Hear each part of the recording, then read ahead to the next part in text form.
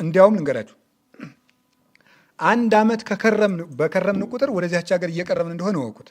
ንስሐ ከገባን ማለት ነው አይደለም። ሰው አንድ ዓመት ሲጨምር ሞቱ እየቀረበ ነው እየራቀ ነው የሚመጣው?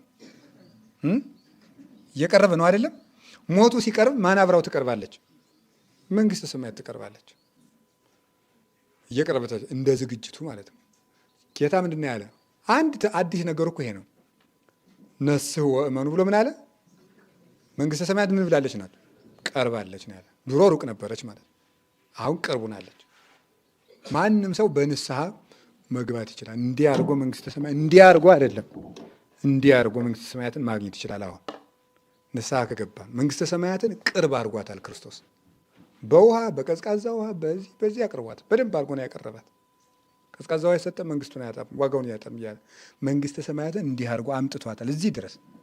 መንግስተ ሰማያት እንዲያውም አጠገባችሁ ናት ነው ያለው። ወናያ ማእከሌክሙ በመካከላችሁ ናት ነው ያለው። የእግዚአብሔር መንግስት በመካከላችሁ ናት፣ እናንተ ውስጥ አለች ናት። አሁን መንግስተ ሰማያት ለብሰናት ነው ያለን። 40 ቀንና 80 ቀን ላይ የሚሰጠን ኳብሮ መንግስተ ሰማያት ነው። መንግስተ ሰማያት ማለትም ሌላ አይደለም፣ መንፈስ ቅዱስ ነው። መንፈስ ቅዱስ ያለው ሰው መንግስተ ሰማያትን ወርሷል።